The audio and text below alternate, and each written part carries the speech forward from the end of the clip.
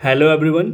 आज के सेशन में हम लोग fill in the blanks with double spaces के regarding previous year questions paper को सॉल्व करने जा रहे हैं, जो कि बहुत ही ज़्यादा इंपॉर्टेंट है for all kind of competitive exams, चाहे वो बैंकिंग हो, एसएससी सीजीएल हो या एसएससी हो। तो चलो स्टार्ट करते हैं। देखो, सेशन को स्टार्ट करने से पहले मैं बोलूँगा कि अगर आपको fill in the blanks solve करना है तो आपके ग्रामर और वोकैबुलरी बहुत ही ज़्यादा अच्छी होनी चाहिए, है ना। तो हम इसे साथ साथ डेवलप भी करने की कोशिश करेंगे। तो देखो, अब जब भी आपको fill in the blanks with double spaces के क्वेश्चंस आते हैं, तो ये जो क्वेश्चन होते हैं ये क्या होते हैं, सेम जैसे आपको सिंगल स्पेस में एक सेंटेंस में एक फिल इन द ब्लैंक्स देता था, इसमें एक ही सेंटेंस में दो फिल इन द ब्लैंक्स दे देगा, है ना। सेम सेंटेंस में दो स्पेसेस दे देगा, जिसमें कि आपको बेस्ट फिटेड वर्ड्स, है ना, बेस्ट सुटेबल वर्ड्स को फिल करना होता है। तो चलो क्वेश्चंस को सॉल्व करते हैं। अब जो आपका पहला सेंटेंस है, a new study has blank the 5 most common health issues in men and how to blank them दे रखा है, ठीक है। तो अब देखो, सेंटेंस को पढ़ने से ही पता चल रहा है कि ये जो सेंटेंस है ये प्रेजेंट परफेक्ट टेंस का है ना, हैज़ लगा हुआ है, ठीक है। तो अब ये देखो, इसमें हमें कुछ ऐसा भरना होगा। देखो, हैज़ लगा है ना, तो ये प्रेजेंट परफेक्ट का है, ठीक है। प्रेजेंट परफेक्ट में क्या लगा होता है, हैज़ हैव, है ना, हैज़ हैव। अगर हमारा जो देखो, हमारा जो अगर सब्जेक्ट है वो प्लूरल रहता है तो हैव लगता है, सब्जेक्ट अगर सिंगुलर है तो हैज़ लगता है। यहाँ पे सब्जेक्ट सिंगुलर है ना, एक ही स्टडी हुई ना, तो इसलिए हैज़ लगा हुआ है। तो हैज़ लगने से मुझे पता चल गया कि ये जो सेंटेंस है वो प्रेजेंट परफेक्ट का है, ठीक है। तो प्रेजेंट परफेक्ट का है तो वर्ब भी उसी के अकॉर्डिंगली लगेगा ना यार। तो सभी वर्ब में देखो थर्ड फॉर्म लगा हुआ है, ठीक है, सेड, स्टेटेड। तो हमें बेस्ट फिटेड वर्ड्स को फिल करने हैं, ठीक है। तो अब जो नया स्टडी है, ठीक है, उसने कुछ 4-5 हेल्थ इश्यू को कुछ तो किया है, ठीक है, कुछ तो किया है, ठीक है। और हाउ टू, फिर फिर उसको कुछ करने के लिए कुछ तो वो कर रहा है, ठीक है। तो इसमें क्या बेस्ट फिटेड वर्ड है वो देखेंगे, ठीक है। देखो, एक नया स्टडी है ना, हैज़ सेड। नया स्टडी, जब कोई स्टडी आप करते हो, ठीक है, तो खुद से कुछ कहता है क्या, नहीं। जब भी आप नई स्टडी करते हो ना, तो उसमें कुछ लिखा होता है, कुछ स्टेटेड होता है, ठीक है, कुछ स्टेटेड होता है, ना कि वो सेड होता है। तो पहला ऑप्शन हमारा गलत है, ठीक है। स्टेटेड होता है तो यहाँ पे स्टेटेड फिल हो सकता है, बट यहाँ पे देखो जो श्रिंक है, क्या ये फिल होगा, यहाँ पे इन स्टडी हैज स्टेटेड, ये तो सही हो जाएगा। बट यहाँ क्या श्रिंक वाला, क्योंकि यार देखो डबल स्पेस है ना, तो आपको एक ही एक ही वर्ड बेस्ट फिटेड हो तो उसी से आपको बस ऑप्शन को टिक नहीं करना होता, आपको दो के दोनों ऑप्शन को अच्छे से उनका मूल्यांकन करना होता है, इवालुएट करना होता है। अगर जब वो अच्छे हो, मतलब दोनों बेस्ट फिटेड वर्ड हो, तभी फिल करना होता है। तो यहाँ पे स्टेटेड तो फिल हो सकता है, बट जो श्रिंक है, how to shrink them, shrink मतलब होता है कि किसी चीज़ को छोटा करना, ठीक है। तो नया स्टडी हुआ, ठीक है, श्रिंक मतलब क्या होता है, किसी को चीज़ को सिकोड़ देना। तो नया स्टडी ने क्या स्टेट करा है, 5 common health issues in men and how to, उसको सिकोड़े कैसे, इसको छोटा कैसे बनाएं। क्या आप डिजीज़ को छोटा बना सकते हो, क्या कोई डिजीज़, अगर कोई बीमारी है उसे आप छोटा बना सकते हो, श्रिंक कर सकते हो, नहीं, है ना। बीमारियां कभी छोटी थोड़ी होती है यार, या तो आप उनसे बचाव कर सकते हो, या तो उन्हें आप ठीक कर सकते हो, या तो उन्हें आप, कोई भी डिजीज़ को आप या तो क्योर कर सकते हो या तो उनसे बचाव कर सकते हो। तो यहाँ पे ये जो सेंटेंस है, अब देखो तीसरे ऑप्शन पे हम आते हैं, और न्यू स्टडी हैज़ रिविल्ड मतलब होता है कि कोई चीज़ पढ़ने से हम कोई नई चीज़ें जब जाने, रिवील करें, है ना। तो नया स्टडी है, उससे कुछ रिवील हो रहा है ना, उससे कुछ दर्शाया जा रहा है, तो यहाँ पे रिवील्ड हो सकता है, ठीक है। रिवील्ड यहाँ पे हो सकता है, क्यों, क्योंकि ये हैज है, यहाँ पे थर्ड फॉर्म लगा है, रिवील्ड हो सकता है। अब प्रिवेंट देखते हैं, जो नया स्टडी है उसने रिवील किया है most common health issues in men and how to prevent them, है ना। देखो नई स्टडी ने क्या खोजा कि 5 बीमारियों के बारे में बताया और उनसे बचाव कैसे किया जा सकता है, प्रिवेंट, है ना, हाउ टू प्रिवेंट। टू के बाद हमेशा वर्ब का फर्स्ट फॉर्म लगता है, अगर यहाँ पे प्रिवेंटेड होता तो ये गलत होता, ठीक है। हाउ टू प्रिवेंट, तो ये ऑप्शन बेस्ट फिटेड ऑप्शन है, ठीक है। क्योंकि आप यार डिजीज से रिएक्ट थोड़ी करते हो, ये भी देखो ऑप्शन हो सकता था, पर आप डिजीज से रिएक्ट क्यों करोगे? रिएक्ट क्या करना होता है यार, आप डिजीज से या तो बचाव करोगे या तो उसको ठीक करोगे, है ना। अब देखो लेड भी हो सकता था, बट रिस्ट्रिक्ट होता क्या, आप डिजीजेस को रिस्ट्रिक्ट नहीं कर सकते हो ना, तो ये भी नहीं। तो सबसे बेस्ट ऑप्शन आपका रिवील्ड एंड प्रिवेंट होगा, ठीक है। तो इसमें हमारा जो सेंटेंस हो जाएगा, a new study has revealed the 5 most common health issues in men and how to prevent them, ठीक है। नाउ अब यहाँ पे देखो, to the challenge of fighting drug addiction, gap है, चिल्ड्रेन हैव ब्लैंक अब the task of spreading awareness against drug, ठीक है। तो यहाँ पे क्या हो रहा है, यहाँ पे देखो, यहाँ पे जो बच्चे हैं, है ना, वो कुछ स्प्रेड कर रहे हैं। क्या स्प्रेड कर रहे हैं? अवेयरनेस स्प्रेड कर रहे हैं, किसके अगेंस्ट? ड्रग के अगेंस्ट, ठीक है। तो यहाँ पे जो बच्चे हैं वो अवेयरनेस रेज कर रहे हैं ना, मतलब अवेयरनेस मतलब जागरूकता फैला रहे हैं, ठीक है, जागरूकता फैला रहे हैं। जो चिल्ड्रेन है वो क्या कर रहे हैं? जागरूकता फैला रहे हैं। तो अब देखो रिजॉल्व मतलब क्या होता है? रिजॉल्व मतलब होता है सॉल्व करना किसी चीज़ को, ठीक है। तो चिल्ड्रेन सॉल्व थोड़ी कर पाएंगे, तो ये ऑप्शन हमारा कट हो गया। कॉन्ट्रेरी मतलब होता है कि किसी के विरोध में बोलना, है ना, किसी के विरोध में बोलना। बट यहाँ पे जो बच्चे हैं, है ना, जो बच्चे हैं वो क्या, जो भी चैलेंजेस है उसके विरोध में, कुछ बोलेंगे, contrary to the challenge of fighting addiction, है ना। क्या अगर कोई, देखो यहाँ पे अगर कॉन्ट्रेरी होता है ना, कॉन्ट्रेरी मतलब विरोध में होता, बट जो कॉन्ट्रेरी होता है वो इंडिविजुअल अपने लिए फाइट करता है, ठीक है। तो यहाँ पे कॉन्ट्रेरी भी नहीं फील होगा, ठीक है। टेकिंग, चिल्ड्रेन, यहाँ पे टेकिंग हो सकता है, taking to the challenges, but यहाँ पे जो चैलेंज है वो खुद से आप टेकल कर रहे हो, है ना, खुद से टेकल कर रहे हो। तो क्या चिल्ड्रेन पे इतनी बड़ी रिस्पॉन्सिबिलिटी होती है कि वो खुद से टेकल करे? तो ये भी ऑप्शन हमारा गलत होगा, ठीक है। नाउ रिस्पॉन्ड हो सकता है, बट जो ये रिस्पॉन्ड होता है, रिस्पॉन्ड और रिस्पॉन्डिंग दो में से ही हमारा ऑप्शन होगा, ठीक है। अब देखो रिस्पॉन्डिंग क्यों होगा, रिस्पॉन्ड नहीं होगा, क्यों? क्योंकि यहाँ पे देखो आपका स्प्रेडिंग है ना, ये स्प्रेडिंग है, ठीक है। अब ध्यान से देखो, स्प्रेडिंग है, तो आपका ये जो सेंटेंस है वो कॉन्टिन्यूस में जा रहा है ना यार, तो आपको कुछ ऐसा टर्म भरना पड़ेगा जो प्रेजेंट कॉन्टिन्यूस से मैच खाए, ठीक है। तो यहाँ पे सबसे बेस्ट फिटेड वर्ड होगा रिस्पॉन्डिंग टू चैलेंजेस, है ना। आप चैलेंजेस को रिस्पॉन्ड करते हो ना यार, आप चैलेंजेस को टेक नहीं करते हो। जो बच्चे सजेस्ट कर रहे हैं, बच्चे क्या कर रहे हैं? अवेयरनेस सजेस्ट कर रहे हैं ड्रग के अगेंस्ट, तो क्या कर रहे हैं? चैलेंजेस को रिस्पॉन्ड करते हुए, है ना, वो चैलेंज मतलब ड्रग एडिक्शन के चैलेंजेस को रिस्पॉन्ड करते हुए जो बच्चे हैं उन्होंने ये रिस्पॉन्सिबिलिटी लिया है, have taken up the responsibility कि वो अवेयरनेस फैलाए, ठीक है। तो यहाँ पे रिस्पॉन्डिंग होगा।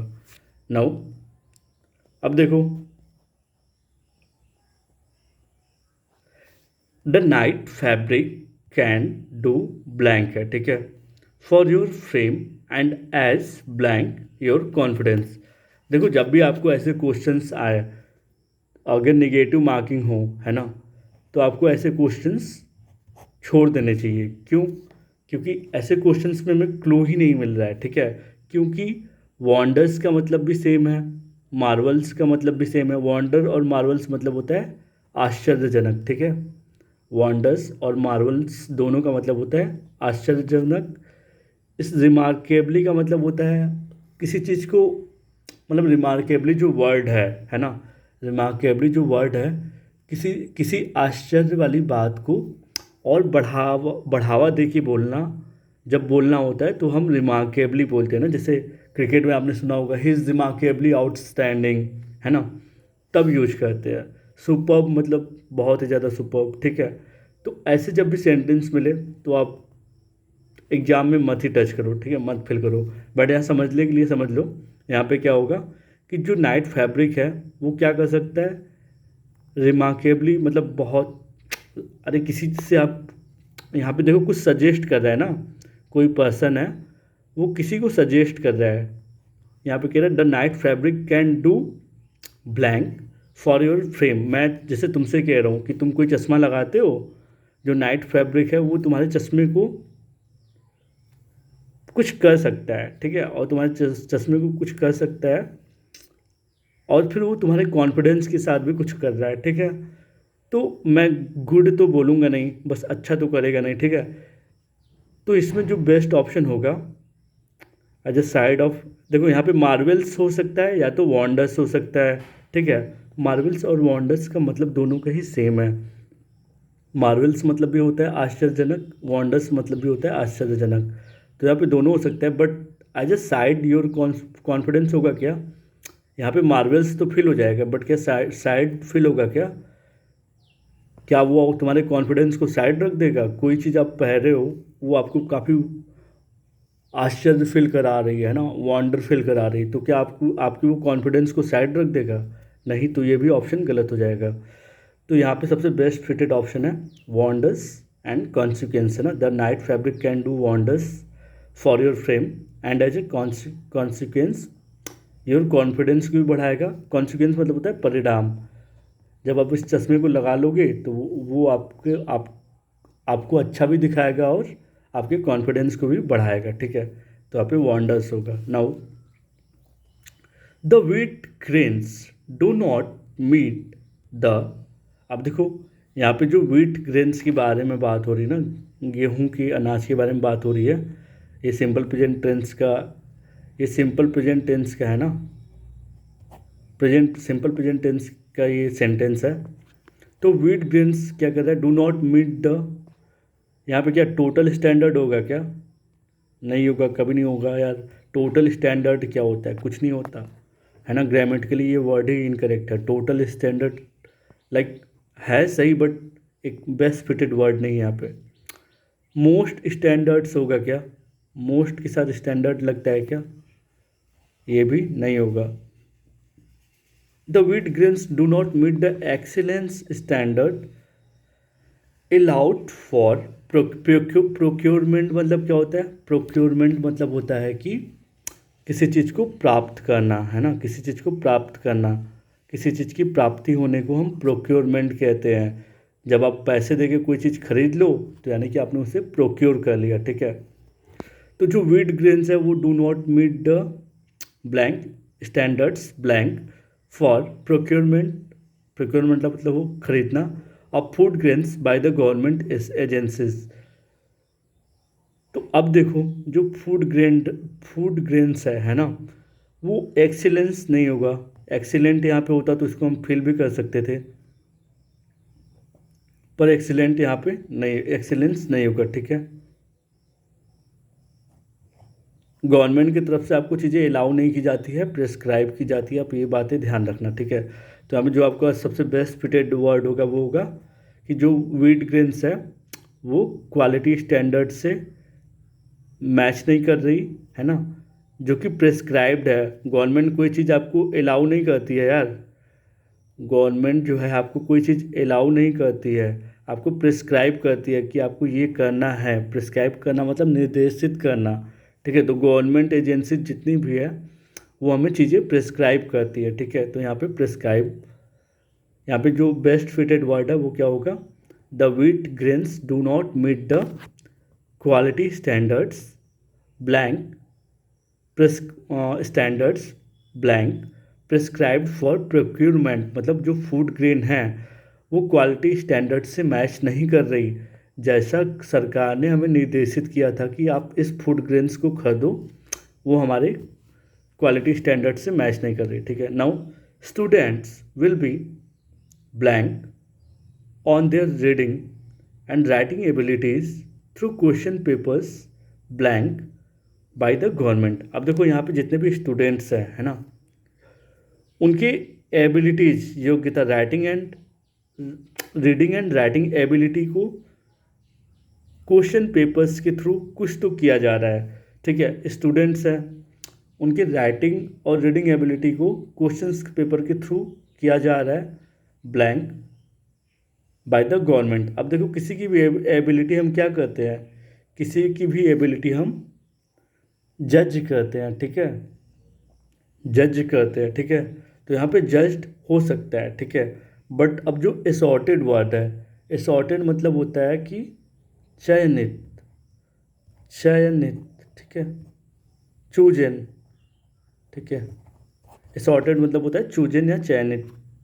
तो अब देखो जो यहाँ पे पहला तो हमारा जज्ड जो होता है वो हो सकता है कि स्टूडेंट को जज किया जाएगा किसके बिहाफ पे, on their reading and writing ability के बिहाफ पे through question papers assorted bye the government.